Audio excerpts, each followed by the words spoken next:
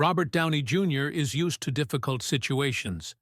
From his legal and drug problems to his status as one of Hollywood's most respected actors, he has learned to keep his composure even in the most tense moments. But this evening promised to be challenging.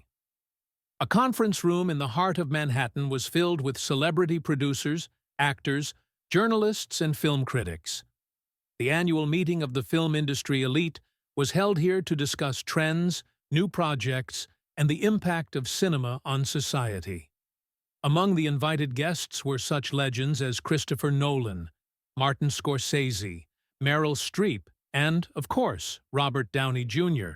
However, the protagonist was unexpectedly not him, but Gerald Whitmore, a 75-year-old journalist and movie critic known for his sharp tongue and ruthless attacks on actors.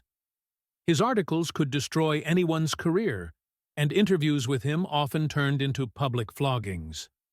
In the eyes of many, he was untouchable, for he had over 50 years in the movie industry under his belt. Robert had just finished answering questions from the audience about his role in the new dramatic movie, when the moderator suddenly handed the microphone to Gerald. "Minus Mr. Downey," he began, looking around the room with a smirk. "You are known as an actor who resurrected his career after high-profile scandals. That's commendable. But don't you think all your success is just the result of luck? That without the Tony Stark costume, no one would take you seriously?"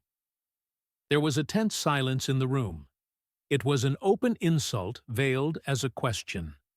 The cameras immediately began recording what was happening, and the audience froze in anticipation, waiting for Downey's answer. Robert, without flinching, smiled and calmly took the microphone. "Gerald," he began in a soft voice, "you're so fond of laying things out. I'd like to answer in your own style. Let's take your question apart." He leaned back in his chair and continued. "First, luck certainly plays a role in any career, but it only works when a person sticks with it. As someone who's been in the industry for half a century, don't you know how many times actors have to start from scratch?" Whitmore squinted, but said nothing.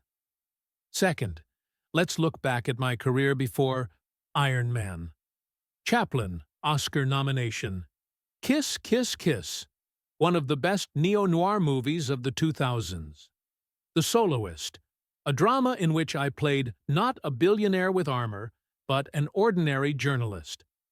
All these roles required not special effects, but emotion and skill." He paused for a moment, letting the audience digest his words. "And finally, your suggestion that without Tony Stark, no one would take me seriously. It makes it sound as if all my acting work in the decades before 2008 doesn't matter. As if the hundreds of hours of rehearsals, casting, trial, and defeat were just a fluke. If that's the case, then perhaps your success in journalism is also just a fluke." The hall exploded with applause. Some even whispered among themselves, discussing how elegantly and accurately Downey parried the critic's attack. Gerald clearly hadn't expected such a reaction. He adjusted his glasses, looked thoughtfully at Robert, and nodded. "That was a good answer, Mr. Downey," he said, after a short pause. "Perhaps I underestimated you." "It happens," Robert smiled.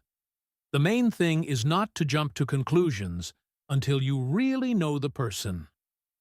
After that, the conference continued as usual, but this moment remained in the minds of all present.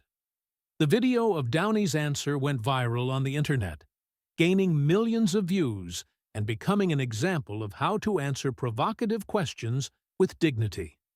A few weeks later, Gerald Whitmore released an article in which he admitted that his view of Robert had changed. He called him an actor who proved that talent is not an accident. Robert, upon seeing the piece, simply smiled and went on about his business, knowing that this evening was another milestone in his long and eventful journey. And so, as in many of his movies, the hero won again. but not by force or brutality, but by reason, dignity, and respect.